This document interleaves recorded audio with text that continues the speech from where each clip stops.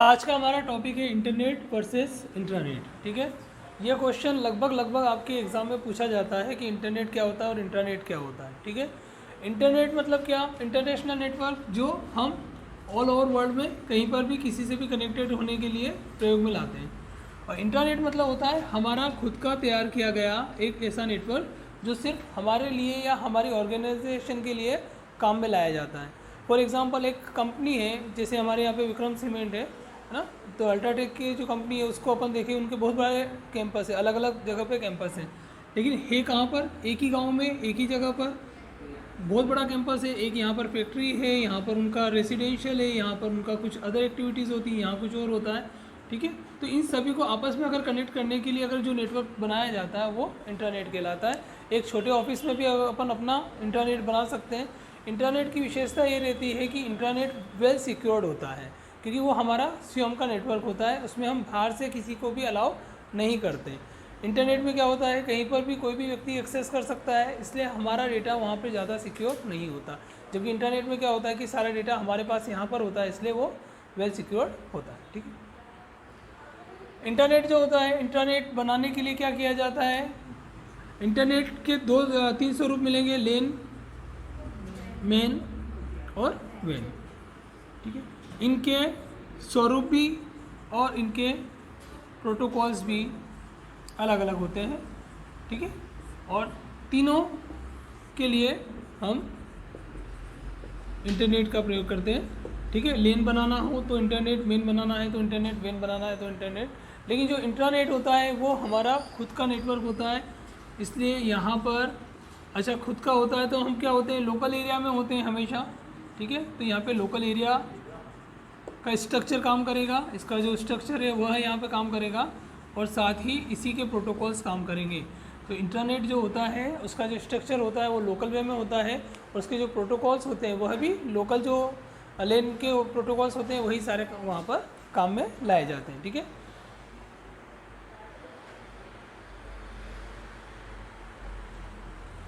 इनमें समानता क्या है? इंटरनेट और इंटरनेट दोनों ही इंटरनेट के ऊपर डिपेंड है। इंटरनेट के लिए भी आपको क्या चाहिएगा? आपको वहाँ पर आईएसपी चाहिए, और यहाँ पर इंटरनेट के लिए भी आईएसपी चाहिए। अगर इंटरनेट ऐसा नेटवर्क जो अपन खुद ब खुद बना रहे हैं और इंटरनेट से कनेक्टेड नहीं है, तो वो तो आपका एक लोकल नेटवर्क हो गया। लेकिन हमारा नेटवर्क जो इंटरनेट से कनेक्टेड है, इंटरनेट पर भी हम उसको एक्सेस कर सकते हैं और अपने लोकल वे में भी कर सकते हैं, वो हो गया आपका इंटरनेट। जैसे बैंकिंग सिस्टम हो गया, तो बैंकिंग सिस्टम एक तरह का क्या हो गया? इंटरनेट हो गया। ठीक है, वो इंटरनेट से कनेक्टेड तो है ही, लेकिन वहाँ पे उनके लोकल वे में भी उसको अपन यूज़ कर सकते हैं। ठीक है, तो इंटरनेट और इंटरनेट, इसमें थोड़ा सा कंफ्यूजन रहता है ना वर्ड को लेकर। इंटर मतलब क्या होगा? अपन जैसे बोलते हैं इंटरकास्ट मैरिज, है ना। इंटरकास्ट मतलब क्या हो? हमारी जाति से बाहर। तो इंटरनेट मतलब बाहर की तरफ का नेट, और इंटर मतलब हमारे ही अंदर। ठीक है, तो इंट्रा मतलब अंदर की तरफ, और इंटर मतलब बाहर की तरफ। ठीक है, इंटर स्टेट चैंपियनशिप होती है ना, एक स्टेट और दूसरी स्टेट के बीच में, तो वहाँ पर बाहर के लिए, और इंट्रा मतलब हमारे अंदर। इंटर स्टेट मतलब हमारी स्टेट के अंदर, और इंटर स्टेट मतलब बाहर की तरफ। ठीक है,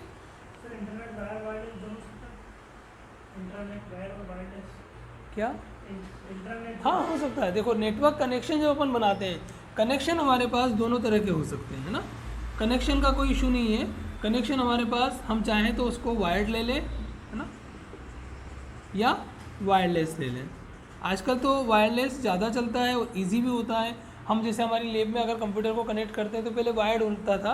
वायर्ड कनेक्शन में हम किसका यूज़ करते थे? ट्विस्टेड पेयर का, ट्विस्टेड पेयर केबल को यूज़ करते थे। अब क्या हो गया है, हम ट्विस्टेड पेयर की जगह किसका यूज़ करने लग गए? वाईफाई डोंगल का, जिसे अपन डब्ल्यू लेन बोलते हैं। क्या बोलते हैं? डब्ल्यू।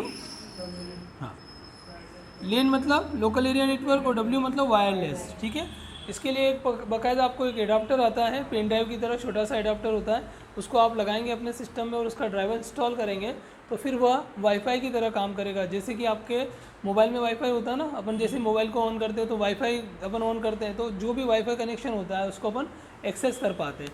तो उसी तरह का, जैसे लैपटॉप में भी अपन यूज़ करते हैं, तो उसी तरह से हम डेस्कटॉप में भी कर सकते हैं। एक डोंगल लगाएंगे अपन डब्ल्यू लेन का, और वहाँ पर हम इंटरनेट को एक्सेस कर सकेंगे, तो वो ज़्यादा अच्छा हो गया है। ट्विस्टेड पेयर में क्या होता है कि अगर मान लीजिए 1000 स्क्वायर फीट का हॉल है, एक कॉर्नर पर अगर आपने एक कंप्यूटर लगाया और दूसरे कॉर्नर पर दूसरा कंप्यूटर लगाया तो दोनों के बीच में लंबी केबल लगानी पड़ेगी। केबल घूम कर कहीं कहीं जाएगी, कहीं पर चूहा उसको कट कर सकता है, कहीं कोई दिक्कत आ सकती है, कहीं मुड़ सकती है, टूट सकती है, ब्रेक हो सकती है, फिर कहीं ना कहीं व्यवधान पैदा करेगी। वायरलेस में कोई प्रॉब्लम ही नहीं होती है। आपने वहाँ पर डोंगल लगाया, यहाँ पर डोंगल लगाया, आपने ब्रॉडबैंड के माध्यम से या राउटर के माध्यम से उसको कनेक्ट किया तो सभी तरफ आपका डेटा स्प्रेड हो जाता है, तो वो ज़्यादा ईजी है ना। ये तो कनेक्शन है, तो कनेक्शन आप इंटरनेट में भी वायर्ड और वायरलेस दोनों यूज़ कर सकते हैं, इंटरनेट में भी कर सकते हैं। हर इंटरनेट कनेक्शन जब अपन यूज़ करते हैं तो एक तरह का इंटरनेट ही होता है। हर इंटरनेट कनेक्शन जब अपन यूज़ करते हैं, जैसे हम यूज़ करेंगे तो कहाँ करेंगे, अपनी लोकेशन में, है ना, अपनी टेरिटरी में करेंगे। तो अपनी टेरिटरी में जब अपन कोई काम कर रहे हैं तो किसका है वो, हमारा ही है। और हमारा है तो हम 5 लोगों के बीच में कर रहे हैं, 10 लोगों के बीच में कर रहे हैं, तो अपना एक इंटरनेट तो अपन डेवलप कर ही देते हैं ना। लेकिन वो इंटरनेट का स्वरूप इसलिए नहीं ले पाता है क्योंकि उसके लिए कुछ अलग से स्ट्रक्चर तैयार करना पड़ता है। ठीक है, मतलब इंटरनेट में हम कनेक्टेड तो हैं। जैसे मान लीजिए कि आप ऑनलाइन हो, एट ए टाइम आप ऑनलाइन हो, और कहाँ के ऑनलाइन हो, जैसे आप कोई भी एक वेबसाइट आपने ले ली या कोई भी एक आपने एप्लीकेशन ले ली जिस पर आप सभी लोग जुड़े हुए हो, पूरे नीमच के लोग जुड़े हुए हैं। ठीक है, अब पूरे नीमच के लोग अगर जुड़े हुए हैं और मान लिया जाए मॉर्निंग में 9 बजे से लेकर 9:30 बजे तक केवल हमारे JCRC के 10 बच्चे उस पर ऑनलाइन हैं और यहीं पर बैठे हुए हैं, तो पूरे उस में नेटवर्क में केवल यहीं के 10 बच्चे हैं और आपस में वहाँ पे कनेक्टेड हो रहे हैं और यहीं पर बैठे हैं, एक ही जगह पर बैठे हैं, एक ही एरिया में हैं। लेकिन वो इंटरनेट ही कहलाएगा, इंटरनेट नहीं कहलाएगा, क्योंकि वो माध्यम क्या लिया उन्होंने, इंटरनेट का माध्यम लिया। अगर हम हमारे JCRC का एक अपन ने कोई ऐसा सिस्टम तैयार किया होता है जिसमें हम लोग आपस में कनेक्टेड है, और उस वक्त अगर हम सब 10 लोग यहाँ पर बैठकर यहीं पर आपस में कनेक्टेड होते तो वो इंटरनेट होता। ठीक है, जैसे व्हाट्सएप पर जब अपन जाते हैं तो वो अपने आप में एक इंटरनेट हो गया। ठीक है, क्योंकि वो उनका अपना खुद का है। ठीक है, बैंकिंग सिस्टम तो इसका सबसे अच्छा उदाहरण देखने को मिलता ही है हमको।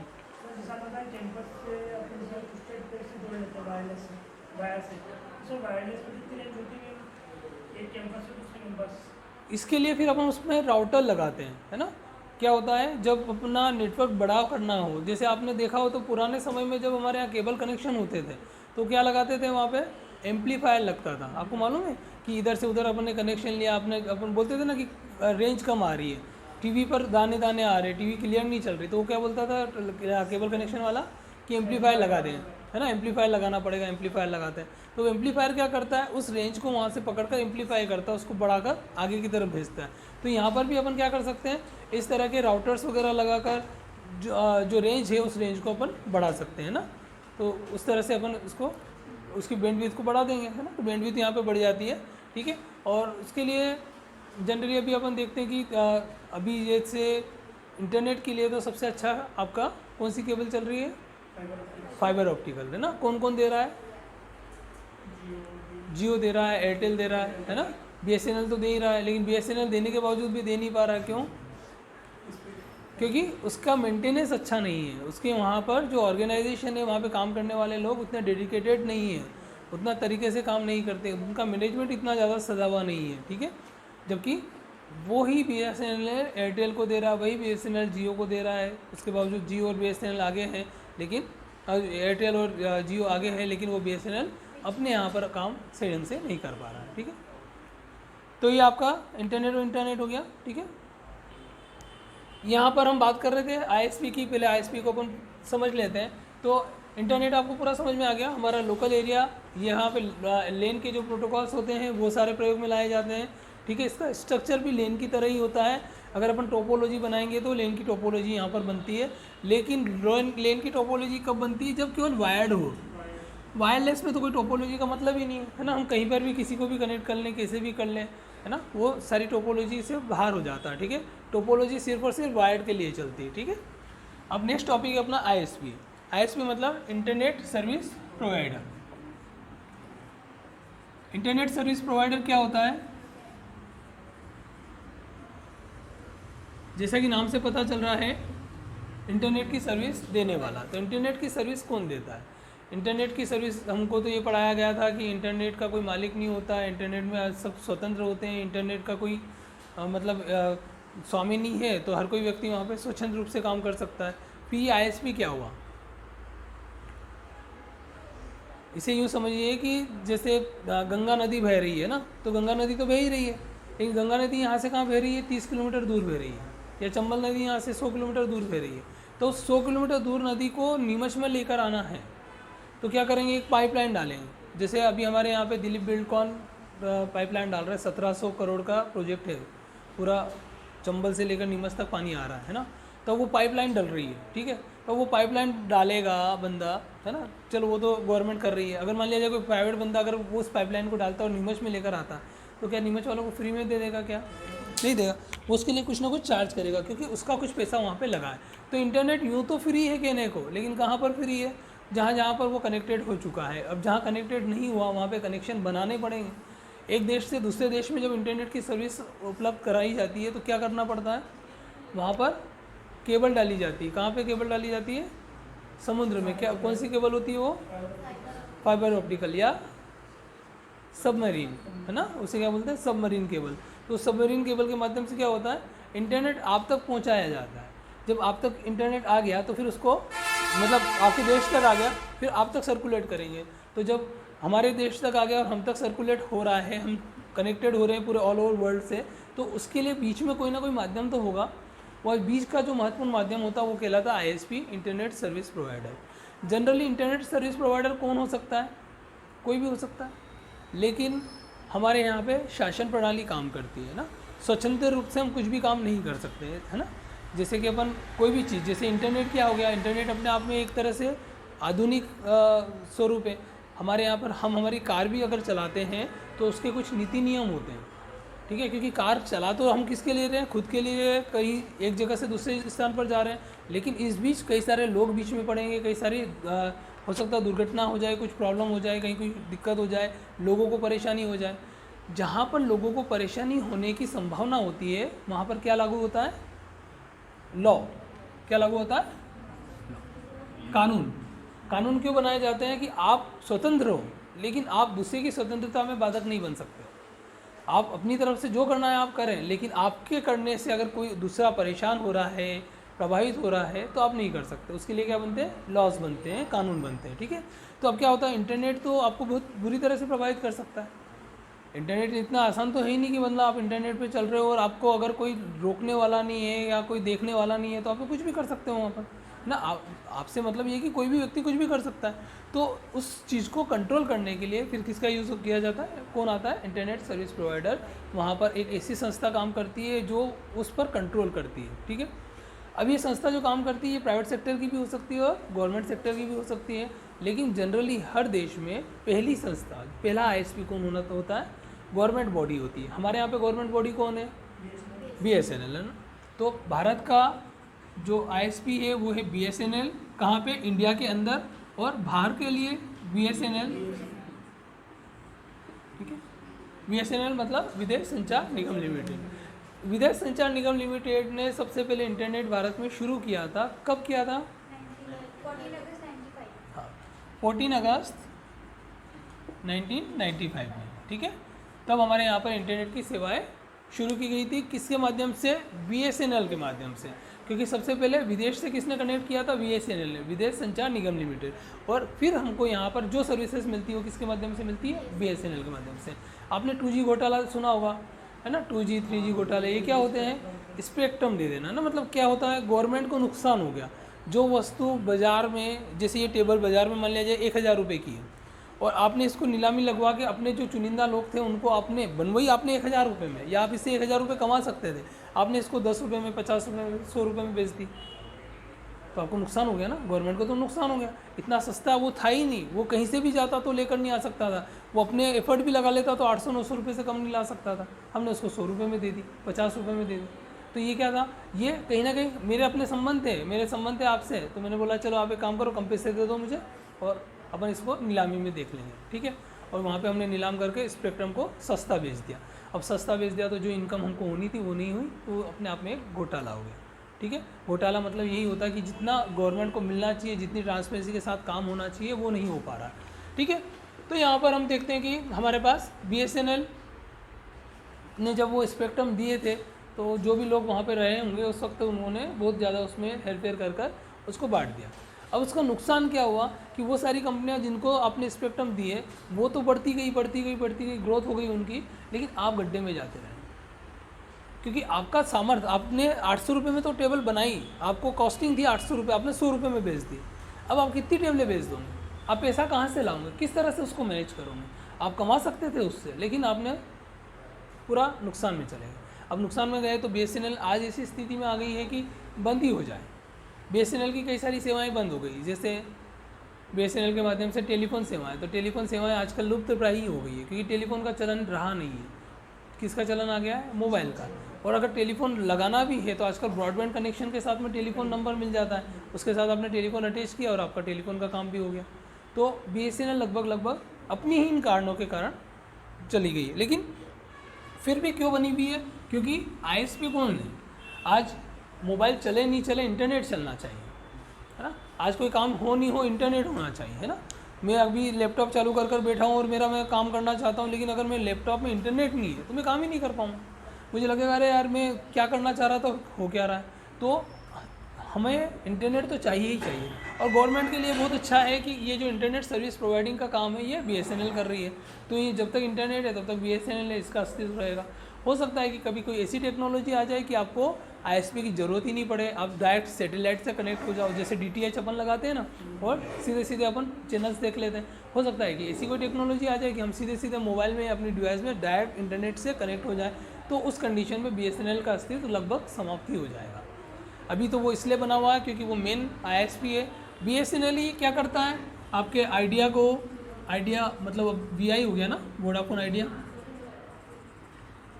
तो इस VI को, एयरटेल को और जियो को, ठीक है, अभी बड़ी कंपनियां यही हैं हमारे बीच में, इनको इंटरनेट की सर्विस प्रोवाइड करता है, ठीक है। कल मैंने आपको बताया था कि इंटरनेट की ये जो सर्विसेज हमको मिल रही है, ये हम चाहें तो खुद का नेटवर्क भी रेडी कर सकते हैं। हम चाहें तो एक बड़ा कनेक्शन लेकर 10 लोगों को आपस में बांट सकते हैं। जैसे एयरटेल से अपन ने क्या किया, एक ब्रॉडबैंड अपने यहाँ पे लगवा लिया। अब ब्रॉडबैंड लगवा लिया तो उसकी बैंडविड्थ भी अच्छी मिल गई, उसके कनेक्शंस भी अच्छे मिल गए, सारा कुछ अपन कर सकते हैं, उसकी स्पीड वगैरह परफॉर्मेंस बढ़िया है। अब हमने 5 दुकानदार इधर, 5 दुकानदार उधर, 5 दुकानदार उधर, 5 दुकानदार इधर, ऐसे करके 20 लोगों का एक नेटवर्क तैयार कर लिया। हमें पे करना है एयरटेल को 1000 रुपये, हमने 20 लोगों में उसको डिवाइड कर दिया तो 50 रुपये आ रहा है। एक महीने के जहाँ हमको 1000 रुपये पे करने थे, वहाँ हमको 50 रुपये में हमारा काम हो रहा है, ठीक है। तो हम इस तरह से भी अपना नेटवर्क तैयार कर सकते हैं। लेकिन हमारे यहाँ पर लोगों के बीच में आपसी सामंजस्य नहीं होता। एक बिल्डिंग में, एक भवन में एक ही परिवार की 4 दुकानें चल रही हैं, एक ही परिवार की, और चारों ने अलग अलग कनेक्शन ले रखे हैं, है ना। कोई बड़ा अगर मॉल अपन देखेंगे तो उस मॉल में सभी के अलग अलग कनेक्शंस, कोई नहीं कहेगा कि नहीं यार तू भी यूज़ कर ले, तू भी यूज़ कर ले, जबकि फ़ायदा किसका है? सिर्फ अपना है ना। और इससे कंपनी को कितना बड़ा घाटा हो सकता है और सबको फ़ायदा हो सकता है। लेकिन ठीक है, हम बैंडविड्थ कितनी यूज़ कर रहे हैं, हमको 40 Mbps दिया हुआ है, हमारी जो टोटल मैक्सिमम टू मैक्सिमम भी अपन जा रहे हैं तो उसकी स्पीड अपन 5 Mbps ही यूज़ कर पा रहे हैं, 35 तो अपना वेस्ट जा रहा है। लेकिन ऐसा नहीं कि अपन 35 किसी से शेयर कर लें। शेयरिंग वाले कॉन्सेप्ट पर अब हम लोग थोड़े कम हो गए हैं। मतलब अगर नीमच जैसे छोटे शहर में शेयरिंग की ये स्थिति है, तो आप बड़े शहर की तो कल्पना ही नहीं कर सकते। वहाँ तो कोई देखना ही नहीं चाहेगा, बताना ही नहीं चाहेगा कि क्या है। यहाँ तो फिर भी आप अपनी ऑर्गेनाइजेशन का नाम या अपना नाम लिखकर अपना वाईफाई आप स्प्रेड करते हो, लोग देखते हैं, भले उसको पासवर्ड प्रोटेक्टेड करते हो, लेकिन लोगों के देखने में आता है कि यार ये इस बंदे का है। वहाँ तो हो सकता है कि नाम भी नहीं दे रहे हैं, कुछ ऐसा ही नाम देते हैं कि यार भैया मतलब ही नहीं, ठीक है, क्योंकि वो चाहते ही नहीं, किसी से भी जुड़ना ही नहीं चाहते, किसी को बताना ही नहीं चाहते, स्प्रेड ही नहीं करना चाहते। अच्छा, इसका एक और बड़ा कारण ये भी होता है कि जब आपका वाईफाई ओपन हो जाता है, वो एक तरह से ओपन हो जाएगा, तो फिर आपकी सिक्योरिटी कहीं ना कहीं प्रभावित होती है, ठीक है। लेकिन जो इतने मास्टर होते हैं, जो इतने बड़े हैकर होते हैं, या जो इतने साइबर एक्सपर्ट होते हैं, वो तो कैसे भी करके आपको, आपके वाईफाई में पासवर्ड भी होंगे तो वो उसको ब्रेक करके वाईफाई से कनेक्ट कर लेंगे। नॉर्मल ताला साहूकारों के लिए होता है, ठीक है। नॉर्मली क्या होता है, ताला किसके लिए होता है? साहूकारों के लिए होता है। चोरों के लिए कौन सा ताला? एक रॉड लगी, ऐसे रंट दिया, ताला ही खुल गया, टूट गया पूरा, ठीक है। तो जो जिनको करना होता है वो सब कर लेता है ना। आप कितना ही रिस्ट्रिक्शंस लगा लें, सब कुछ, आपकी फायरवॉल बहुत बढ़िया हो, आपके पासवर्ड बहुत अच्छे हों, आपने सिक्योरिटी अपडेशन सारा किया हुआ, जिसको करना होगा वो उसको कर ही लेगा, ठीक है। तो समझ में आ रहा है आपको ये सारी चीज़ें? चलिए,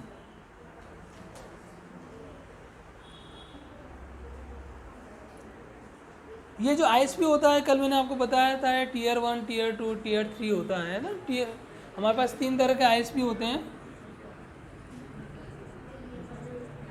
टीयर 1 आईएसपी कौन होता है? जो पूरे वर्ल्ड से अपने देश में लेकर आता है।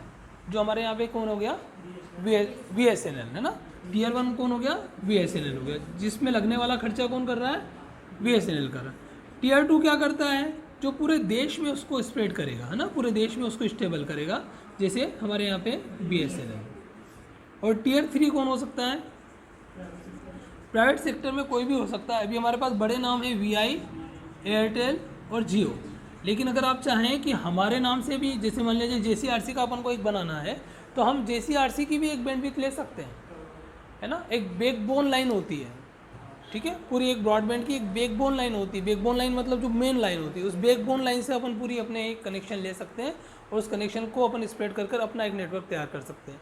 पूरी कॉलोनी में अगर अपन को कनेक्शन भेजना देना है, 1000 लोगों को देना है, तो अपन ने एक बैकबोन लाइन ले ली और उस बैकबोन से पूरा अपन ने वहाँ पे सेटअप कंप्लीट किया और 1000 लोगों को दे दिया।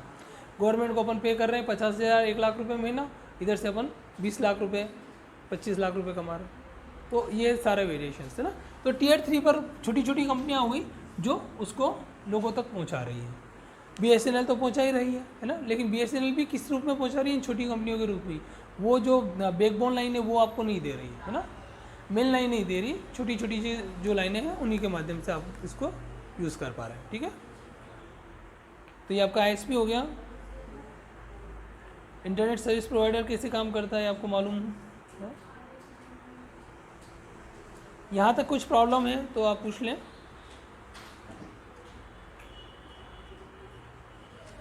इंटरनेट कनेक्टिविटी क्या होती है? पहले अपन इंटरनेट कनेक्टिविटी को चलते हैं।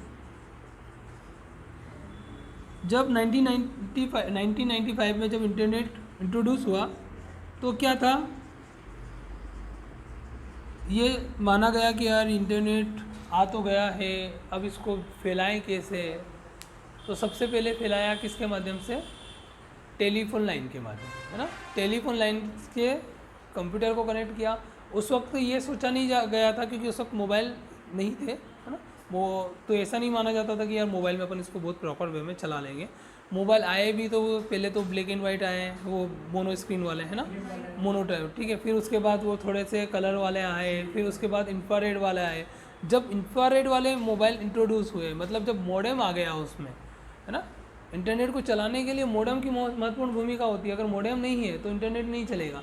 आपके सारे स्मार्टफोन में मॉडेम इनबिल्ट होता है। तो जब मॉडेम आ गया तो उसके बाद फिर इंटरनेट शुरू हुआ, और पहले वो अलग अलग वे में आया।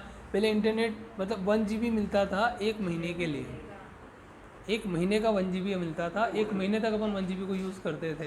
तो आप सोचो कि उस वक्त क्या करते होंगे। यूट्यूब वगैरह का इतना कोई चलन था नहीं, है ना, ज़्यादा देखते नहीं थे। क्या करते थे ज़्यादा से ज़्यादा?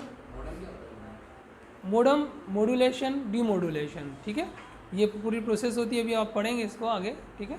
तो मॉडेम क्या करता है? डिजिटल को एनालॉग और एनालॉग को डिजिटल में कन्वर्ट करता है, ठीक है। हम जो डेटा देख रहे हैं हमारे पास तक जो पहुंच रहा है वो एनालॉग वे में, और जब हम उसको डिस्प्ले कर रहे हैं तो डिजिटल वे में, है ना। तो एनालॉग से डिजिटल में कन्वर्ट करने का काम मॉडेम करता है। मॉड्यूलेशन, डीमॉड्यूलेशन ये अपन बाद में अच्छे से समझेंगे। तो क्या हुआ इंटरनेट कनेक्टिविटी? तो सबसे पहले किस पे? टेलीफोन लाइन से कंप्यूटर पर। इसे बोलते थे डायल अप कनेक्शन, है ना। क्या बोलते थे ये? डायल अप कनेक्शन के लिए क्या होता था? आपने कनेक्शन बनाया, उसके बाद एक नंबर होता था, उसको आपको डायल करना होता था। वो नंबर जाकर वहाँ पर रिसीव होता था और उनको पता चलता था, जो एक्सटेंशंस होते थे ना, उनको पता चलता था कि इनको इंटरनेट की सर्विस देनी है, तो फिर वो इंटरनेट की सर्विस वहाँ से उसको प्रोवाइड करते थे। पहले मैनुअली करते थे, फिर धीरे धीरे सिस्टम अपग्रेड हुआ तो ऑटोमेटिकली होने लगा। आप ऑटोमेटिकली अपने मोबाइल में, अपनी डिवाइस में आपने उनका पूरा स्ट्रक्चर रेडी किया, उसको पूरा वहाँ पे इंस्टॉल किया, उसके बाद आपने कनेक्ट किया तो वो कनेक्शन वहाँ से बन जाता था, ठीक है। डायल अप कनेक्शन जो होते थे वो बहुत कम स्पीड के होते थे, बहुत स्लो चलते थे, ठीक है, क्योंकि टेलीफोन लाइन के माध्यम से आए। अब टेलीफोन लाइन में आपने देखा है कि एक तो सिंपल सी टेलीफोन लाइन आ रही, उसी से टेलीफोन भी चल रहा है और उसी से आपका इंटरनेट भी चल रहा है। तो जब आप जैसे फ़ोन पर बात करते हो उसी वक्त अगर बात करते करते आप इंटरनेट यूज़ करेंगे तो कहीं ना कहीं उसकी स्पीड प्रभावित होती है, क्योंकि दोनों काम एक साथ अपन उस पर कर रहे हैं। तो डायल अप कनेक्शन में क्या होता था, इंटरनेट की स्पीड प्रभावित होती थी। अब जब जिसको टेलीफोन लाइन के साथ में ज़रूरत पड़ रही थी वहाँ तक तो ठीक है, लेकिन किसी को ऐसा लगता था कि नहीं यार मुझे तो सिर्फ और सिर्फ कंप्यूटर पे ही काम करना है, तो वो कंप्यूटर पे जब काम करता था तो क्या करते थे, उसके लिए फिर ब्रॉडबैंड का यूज़ किया गया है ना। ब्रॉड मतलब फैला हुआ है ना, ब्रॉड मतलब फैला हुआ, बैंड है ना, बैंड मतलब बैंडविड्थ, तो उसकी बैंडविड्थ कितनी थी, फैली हुई थी। ब्रॉडबैंड मतलब पहले क्या था, एक ही रास्ता था, एक रास्ता था, तो या तो आप चले जाओ या आप आ जाओ, या जाओगे दो जने जाएंगे तो वो आराम से नहीं जा पाएंगे। फिर क्या किया आपने, वे को थोड़ा बड़ा कर दिया, अब दो लोग जाएंगे तो भी चले जाएंगे। पहले सिंगल रोड था, फिर डबल रोड हो गया, फिर 4 लेन हो गया, फिर 6 लेन हो गया, फिर 8 लेन हो गया। तो जैसे जैसे रोड बढ़ता गया वैसे वैसे ट्रैफिक फास्ट होता गया, क्योंकि कोई अवरोध ही नहीं है और स्पीड में अपन को कंट्रोल करना ही नहीं, आराम से निकलते जाओ। तो फिर वहाँ पर ब्रॉडबैंड में थोड़ा अच्छा आपको उसका आउटपुट मिला, है ना। और इसके माध्यम से फिर धीरे धीरे वॉइस कॉल्स भी आ गए। फिर ब्रॉडबैंड जब चला तो फिर आपका इंटरनेट की स्पीड अच्छी हो गई। जब स्पीड अच्छी हो जाती है तो फिर अपन दूसरे यूज़ भी करने लगे। फिर आपका यूट्यूब भी अच्छे से चला, फिर आप वीडियोज़ पर भी गए, ऑडियोज़ पर गए, और बहुत सारा काम इस पर होने लगा। मतलब ब्रॉडबैंड ने पूरी ही परिकल्पना ही चेंज कर दी। अगर डायल अप कनेक्शन के माध्यम से इंटरनेट अपन अभी तक एक्सेस करते तो इंटरनेट एक तरह से हमारे यहाँ पे आउटडेटेड हो जाता, क्योंकि हम बहुत आगे आ गए हैं और इंटरनेट अभी तक स्लो चल रहा है तो फिर काम में नहीं आता। लेकिन ब्रॉडबैंड ने उसको बनाए रखा। और उसके बाद फिर आया वाईफाई कनेक्शन, है ना। वाईफाई कनेक्शन मतलब ठीक है, वायरलेस फिडेलिटी जो होता है, ठीक है, WLAN के माध्यम से अपन इसको तैयार करते हैं। तो ब्रॉडबैंड के बाद फिर अपन ने वाईफाई तैयार किया। ब्रॉडबैंड का ही एक स्वरूप वाईफाई है ना। ब्रॉडबैंड जब अपन लगाते हैं तो ब्रॉडबैंड में एक मॉडेम लगता था, उस मॉडेम के साथ ही अपन वहाँ पे वाईफाई ब्रॉडबैंड भी होता है, जिसके माध्यम से अपन वाईफाई एरिया भी निर्मित कर लेते हैं। तो आपने एक लाइन ली आपके पास, ठीक है, आपकी जो लाइन होती थी उस लाइन को बोलते थे DSL लाइन, है ना। DSL मतलब क्या होता है, डिजिटल सब्सक्राइबर लाइन, ठीक है। डिजिटल सब्सक्राइबर लाइन क्या है, ये आपको क्या कहा, DSL भी समझ ही लीजिए ताकि ये दोनों समझ में आ जाएंगे। DSL मतलब डिजिटल सब्सक्राइब लाइन।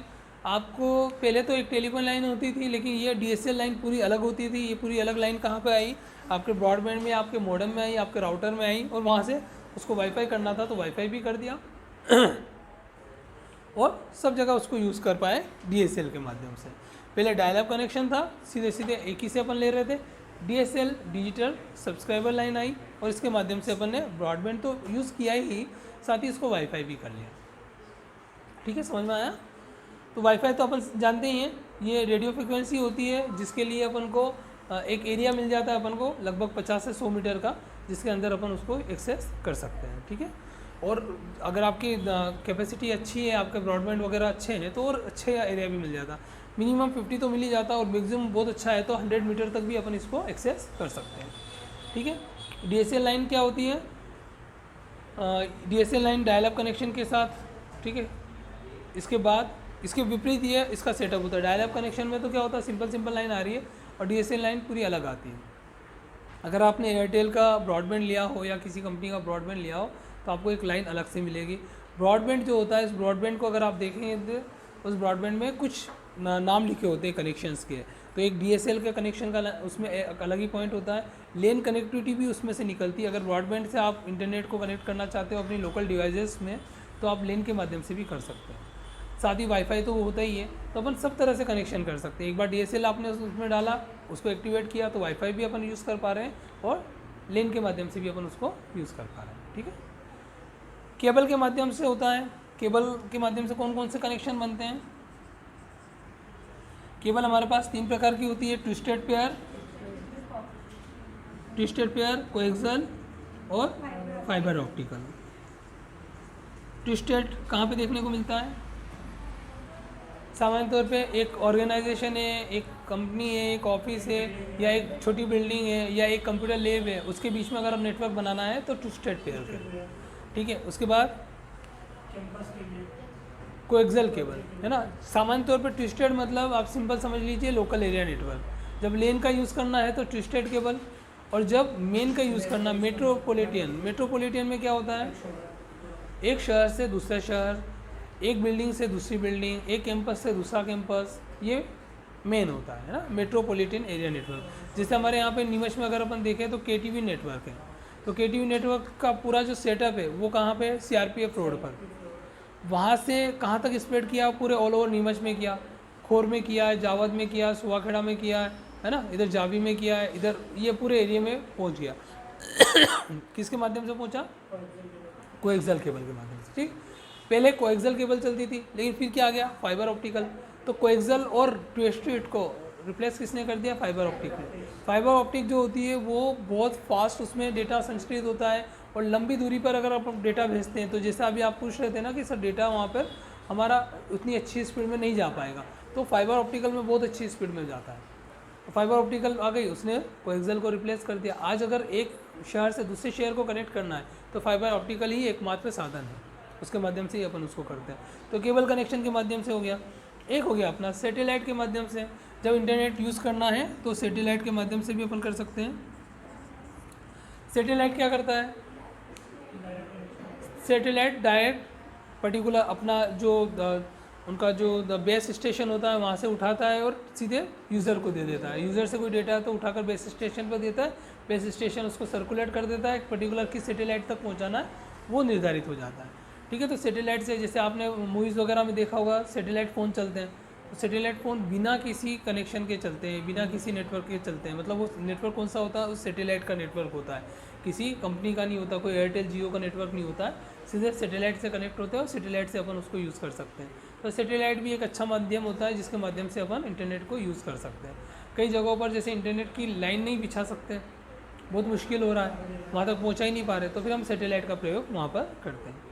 ठीक है, मोबाइल के माध्यम से अपन करते ही हैं। ठीक है, फाइबर ऑप्टिकल की ज़्यादा रहती है, सैटेलाइट की डिपेंड करती है, क्योंकि जब सैटेलाइट से अपन उसको लेते हैं तो आपका जो रिसीवर है उसकी कैपेसिटी क्या है और फिर रिसीवर कहाँ पर है। जिस जगह पर रिसीवर है उस जगह तो आपको अच्छा मिल जाएगा, लेकिन उसके बाद फिर क्या करोगे, आप उसको वापस स्प्रेड करोगे, या तो वायर से करोगे या वायरलेस करोगे। अगर आपने रिसीवर लिया और वहाँ पर आपने उसको जैसे रिसीव किया, उसको अगेन आपने फाइबर ऑप्टिक से ही अगर स्प्रेड कर दिया तो अच्छी स्पीड मिल जाएगी, अच्छी परफॉर्मेंस मिल जाएगी। ठीक है, आप दोनों को कंपेयर मत कीजिए, वो तो एक के बाद एक चलेगा। आप कंपेयर कीजिए वायर्ड को आपस में और वायरलेस को आपस में। ठीक है, वायरलेस और वायर्ड में तो बहुत अंतर आ जाता है कि किस कनेक्शन के साथ में अपन किसको ले रहे हैं, है ना, सबकी बैंडविड्थ अलग होती है। नेटवर्क सर्विस, जब अपन नेटवर्क में होते हैं तो क्या क्या काम कर सकते हैं, कौन कौन सी सर्विसेज हमको मिलती है, तो सबसे पहले मिलती है फाइल सर्विस, है ना। नेटवर्क का यूज़ क्या है ये नोट डाउन करना आपको आवश्यकता है या हटा दें, सब कुछ है ना, क्योंकि मैंने आपको जो फाइल भेजी है उसमें सब कुछ है, आप बस उसको पढ़ कर आएँ। आज आपने पढ़ी नहीं होगी ना, तो अभी घर जाकर जरूर उसकी स्टडी कर लें। अब से आपको रोज़ इवनिंग में फ़ाइल मिल जाएगी, नाइट तक मिल जाएगी 9-10 बजे तक, उसके बाद आप उसकी स्टडी कर लीजिएगा। ठीक है, यस पूछिए। हाँ,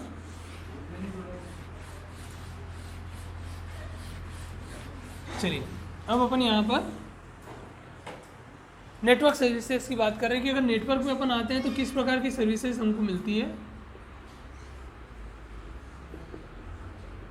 जब हम नेटवर्क में होते हैं तो नेटवर्क में हमको सबसे पहले क्या मिलता है, फाइल सर्विस मिलती है ना। पहला क्या होता है, फाइल सर्विस, मतलब क्या, एक फाइल आप एक कंप्यूटर पे बनाओ, उसको आप दूसरे तीसरे चौथे पाँचवें हज़ारवें कंप्यूटर पे यूज़ कर लो, ये होती है फाइल सर्विस। एक फ़ाइल अमेरिका में किसी व्यक्ति ने बनाई और नीमच में हम बैठकर उसको एक्सेस कर पा रहे हैं, क्यों, फाइल सर्विस, है ना। उस फाइल को हमने यहाँ पर लिया, डाउनलोड किया, वहाँ पे एक PDF फाइल बनी थी, हमने यहाँ पे डाउनलोड की, उसको एक्सेस किया, फाइल सर्विस। ठीक है, दूसरा होता है प्रिंट सर्विस। प्रिंट सर्विस मतलब क्या,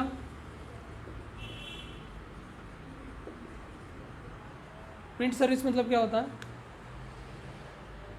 हम पूरी ऑर्गेनाइजेशन में हमारे पास 50 सिस्टम है, 50 कंप्यूटर है, उस 50 कंप्यूटर को हमने नेटवर्क में ले रखा है और एक प्रिंटर उससे कनेक्ट कर रखा है। तो 50 ही कंप्यूटर से जो भी प्रिंट देगा ना, वो उस एक प्रिंटर से प्रिंट आउट निकल जाएगा। मतलब आपको 50 कंप्यूटर के लिए 50 प्रिंटर लगाने की ज़रूरत नहीं है। ठीक है, तो ये क्या हो गया, एक बहुत आपका जहाँ एक प्रिंटर 10,000 का आ रहा है तो 50 प्रिंटर आपके 5 लाख के आएंगे, तो क्या हो गया, आपका पैसा बच गया, 4,90,000 रुपये बच गए, 10,000 में काम हो गया केवल नेटवर्क के कारण। ये आपकी प्रिंट सर्विस। ठीक है, दूसरा होता है मैसेज सर्विस। ये तो आप बहुत अच्छे से समझते हो, इसको तो समझाने की ज़रूरत नहीं मुझे, है ना।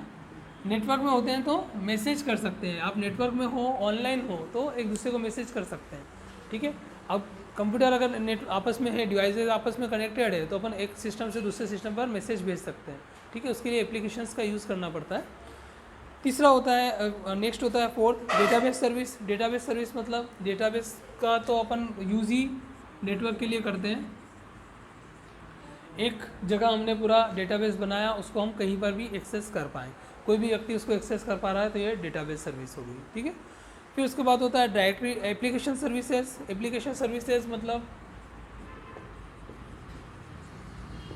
एक ही एप्लीकेशन को जब अपन नेटवर्क में लेते हैं तो कई लोग यूज़ कर सकते हैं, जैसे सोशल मीडिया, इंस्टाग्राम, क्या सभी अलग अलग एप्लीकेशन बना रहे हैं? नहीं बना रहे। एक एप्लीकेशन बन गई इंस्टाग्राम, उस पर सभी काम कर पा रहे हैं। एक एप्लीकेशन बन गई व्हाट्सअप, उस पर सभी काम कर पा रहे हैं। तो ये एप्लीकेशन सर्विसेज, ऑनलाइन सर्विसेज के लिए आपको इस प्रकार की कई सारी एप्लीकेशन मिल जाएगी जो नेटवर्क में भी काम करती है ना।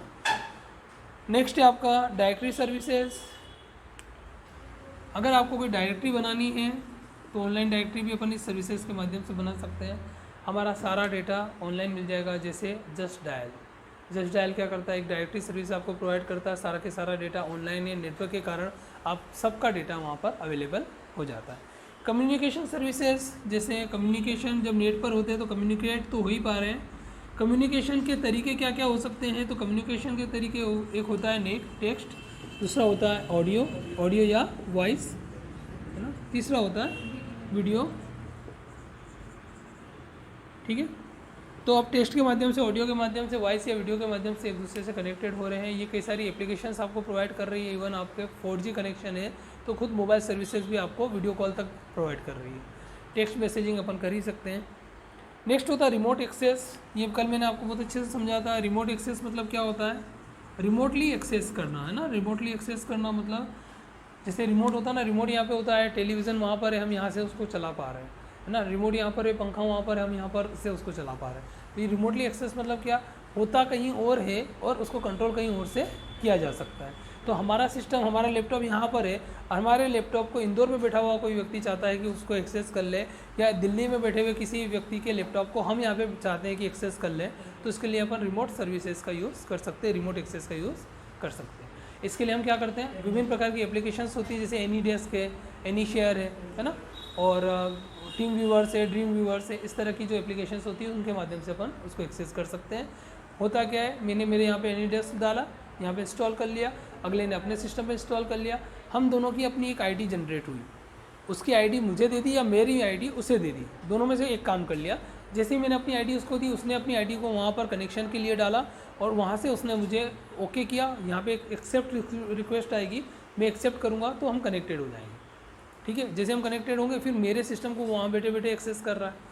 अगर मैं उसको यहाँ से कनेक्ट कर लूँगा तो मैं यहाँ बैठे बैठे उसके सिस्टम को एक्सेस करूँगा। ये होता है रिमोट एक्सेस, ठीक है।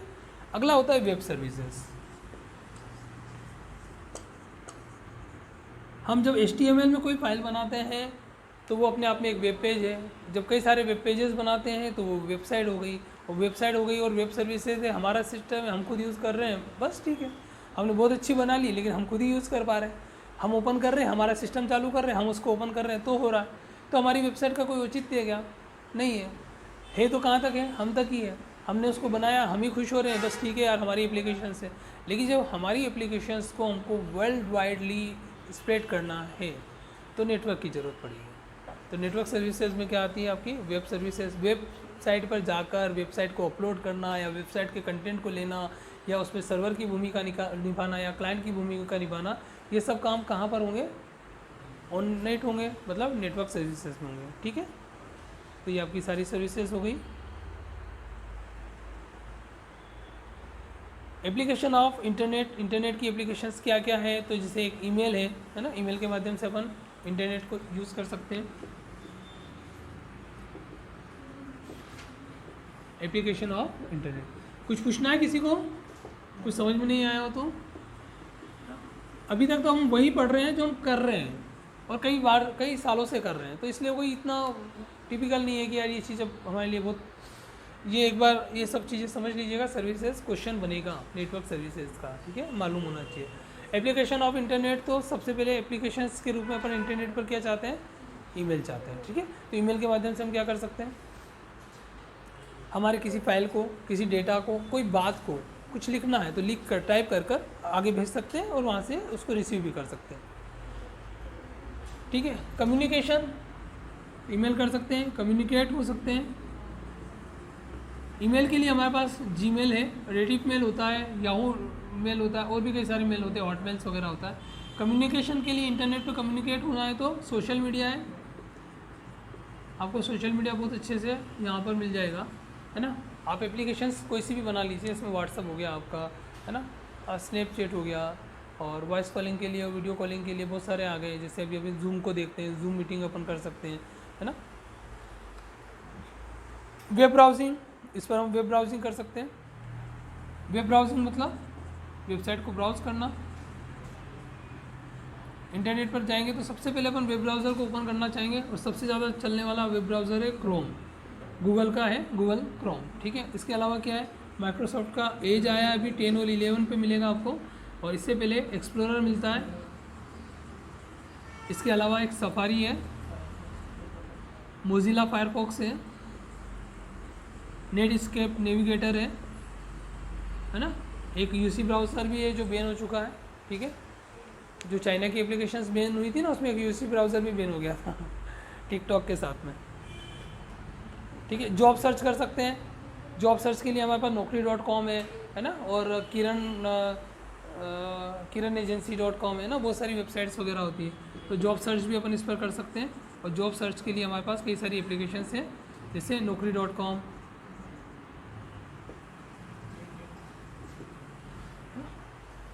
ऑनलाइन शॉपिंग कर सकते हैं। ऑनलाइन शॉपिंग सीधे सीधे किस पर आ जाता है, आपका ई बिजनेस पर आ जाता है, ई कॉमर्स पर आ जाता है ना।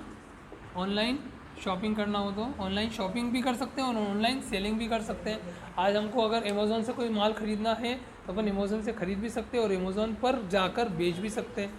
ठीक है, स्टॉक मार्केट अपडेट करना हो, स्टॉक मार्केट तो पूरा नेट पर ही चलता है। ट्रेवल संबंधी कोई काम करना हो, रिसर्च और डेवलपमेंट करना हो, video conferencing, e commerce, online payment, social networking, hobbies के लिए, स्टडी के लिए, बिजनेस प्रमोशन एंड इनोवेशन के लिए, है ना। आजकल डिजिटल मार्केटिंग का दौर है। इंटरनेशनल यूजेस ऑफ इंटरनेट, ठीक है। मनी मैनेजमेंट करना है तो इंटरनेट के माध्यम से इजी हो जाता है ना। इन्वायरमेंट डेवलपमेंट की अगर बात करें तो इन्वायरमेंट डेवलपमेंट भी सकारात्मक रूप से अगर अपन को लोगों से जुड़ना है और कोई बात कहनी है, अच्छी और बुरी कोई भी बात अगर स्प्रेड करानी है तो इंटरनेट बहुत बड़ी भूमिका निभाता है। इंटरनेट कनेक्ट होते ही आप अपने अच्छे विचारों को भी लोगों तक पहुंचा सकते हो और बुरे विचारों को भी लोगों तक पहुंचा सकते हो। तो ये सारी चीज़ें आप, ठीक है, इजी गोइंग है, आप इसको एक बार पढ़ लीजिएगा, समझ लीजिएगा। कुछ एप्लीकेशंस मैंने आपको बताई, कुछ मैंने स्किप कर दी है, वो सब आप देख लीजिएगा। ठीक है, जैसे हॉबीज़ वगैरह है ना, ये बिजनेस प्रमोशंस है, स्टडी है, सोशल नेटवर्किंग, ऑनलाइन पेमेंट, है ना, ये सब आप कर लेंगे। वीडियो कॉन्फ्रेंसिंग अपन समझते ही हैं, समझते हैं सभी, क्या बताऊँ मैं आपको। वीडियो कॉन्फ्रेंसिंग है एक, तो एक ऑनलाइन पेमेंट है। तो वीडियो कॉन्फ्रेंसिंग में क्या होता है कि हम कहीं पर भी बैठकर कॉन्फ्रेंस कर सकते हैं ना। वीडियो कॉन्फ्रेंस मतलब क्या होता है, बातचीत, आपस में बात करना। तो वीडियो के माध्यम से, जैसे जनरली सीएम की वीडियो कॉन्फ्रेंसिंग चलती ही रहती है, आए दिन कलेक्टर वगैरह सब लोग बैठ जाते हैं हर ज़िले में और सीएम अपनी जगह से लाइव होते हैं और वो सबसे बात कर लेते हैं। तो अब क्या होता है, सीएम को दौरे करने की ज़रूरत नहीं पड़ रही, कलेक्टर को भी भोपाल जाने की ज़रूरत नहीं पड़ रही। अदरवाइज़ क्या होगा, कलेक्टर साहब और उनका पूरा अमला क्या होगा, जब ज़रूरत पड़ी तो भोपाल भाग रहे हैं। लेकिन अब कुछ नहीं होता है, कलेक्ट्रेट में एक हॉल बना हुआ है, वीसी हॉल, उसमें जाकर बैठ जाते हैं और वो वहाँ से जैसे ही लाइव होते हैं सब अपनी अपनी बात कह देते हैं। उनको किसी को डांटना होता है डांट देते हैं, समझाना होता है समझा देते हैं, इनको कोई रिक्वेस्ट करनी होती कर लेते हैं, बिल्कुल ऐसे ही बात करते हैं जैसे आमने सामने बैठकर कर रहे हैं। तो वीडियो कॉन्फ्रेंसिंग हो गई, है ना। जैसे अपन वीडियो कॉलिंग करते हैं ना आजकल, वीडियो कॉन्फ्रेंसिंग लगभग एक ही चीज़ है। कॉन्फ्रेंसिंग मतलब इसका एक प्रोफेशनल लुक होता है और कॉलिंग मतलब अपन सामान्य तौर पे पर्सनल वे में उसको कर सकते हैं। एक आपका ऑनलाइन पेमेंट सिस्टम हो गया, ठीक है। ऑनलाइन पेमेंट सिस्टम मतलब अगर हमको किसी को पेमेंट करना है तो ऑनलाइन पेमेंट कर लें। ऑनलाइन पेमेंट करने के कई तरीके होते हैं। पहले अपन पेमेंट कैसे लेते थे, अपन स्लिप भरते थे और बैंक से लेकर आ जाते थे। फिर क्या हुआ, बैंक वालों ने बोला स्लिप माननी नहीं होगी, तो क्या माननी होगा, चेक, है ना। तो पहले अपन स्लिप भरते थे, तो स्लिप की जगह फिर आ गया क्या, चेक, विड्रॉल स्लिप, इसको विड्रॉल स्लिप बोलते थे। फिर क्या हुआ, चेक आ गया, बोले आप चेक देंगे तो उसके बाद फिर चेक भी, ठीक है, काफ़ी समय तक चला। फिर क्या हुआ, ऑनलाइन बैंकिंग आ गई। ऑनलाइन बैंकिंग मतलब आप अपने कंप्यूटर से ही अपने अकाउंट को मैनेज कर सकते थे, किसी के अकाउंट में पैसा भेजना है तो आप भेज सकते थे, ठीक है। फिर क्या हुआ, और ज़्यादा एडवांस हुए तो आपको कैश का ई कैश मिल गया है ना, ई कैश का एक स्वरूप मिल गया कि यार आपको कैश है लेकिन आप अपने अकाउंट में लेकर उसको जा सकते हैं, आपको बैंक में नहीं रखना, आप अपने अकाउंट में ले सकते हैं ना, ई मनी आप वहाँ पे यूज़ कर सकते हैं। ठीक है, उसके बाद फिर सबसे ज़्यादा क्रांतिकारी क्या हो गया, यूपीआई। यूपीआई के माध्यम से अपन क्या कर सकते हैं, सीधे सीधे पर्टिकुलर बंदे को अपन भेज सकते हैं। इसमें यूपीआई एप्लीकेशंस जो होती है वो मीडिएटर की भूमिका निभाती है। पूरा काम कौन करता है, बैंक और आपके बीच में होता है। ठीक है, तो ये सारी चीज़ें हैं। पूरा समझ में आया आपको, कोई डाउट्स हैं, कुछ पूछना है?